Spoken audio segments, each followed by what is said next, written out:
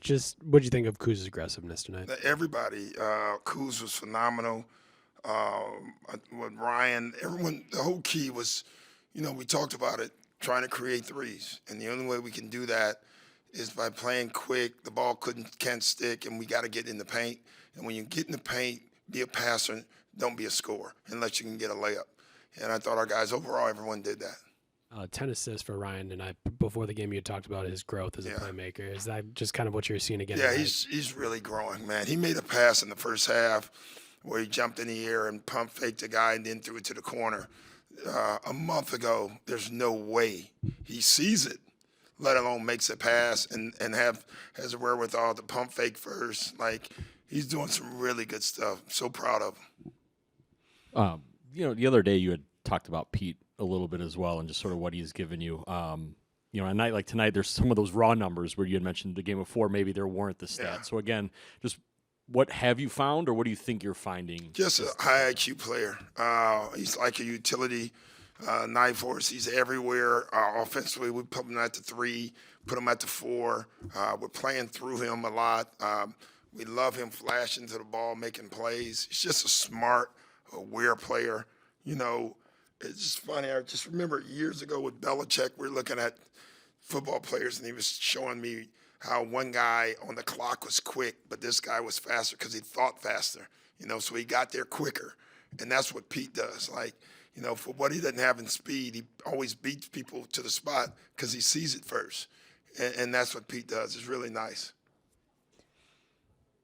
Hey, Doc, the Bulls cut it to single digits in the third quarter. Yeah. Just what do you think of the team's resiliency to kind of create some separation from them? Yeah, I loved it. I didn't love that they cut it, to be honest, but I loved that we took it back up. I thought the first 5 minutes of the third quarter were the only bad minutes of the game for us, and it was how we played. We stopped moving the ball. Everything was a quick shot. The paint was clogged, and then once we got back to playing right, we got stops and started scoring again.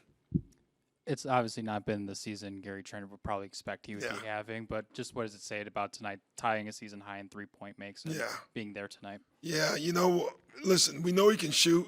We know this year he's not shot the ball well yet, but it didn't take but a game for these guys, and hopefully that this is it. Like, he made good shots, made good plays, moved the ball, he played solid.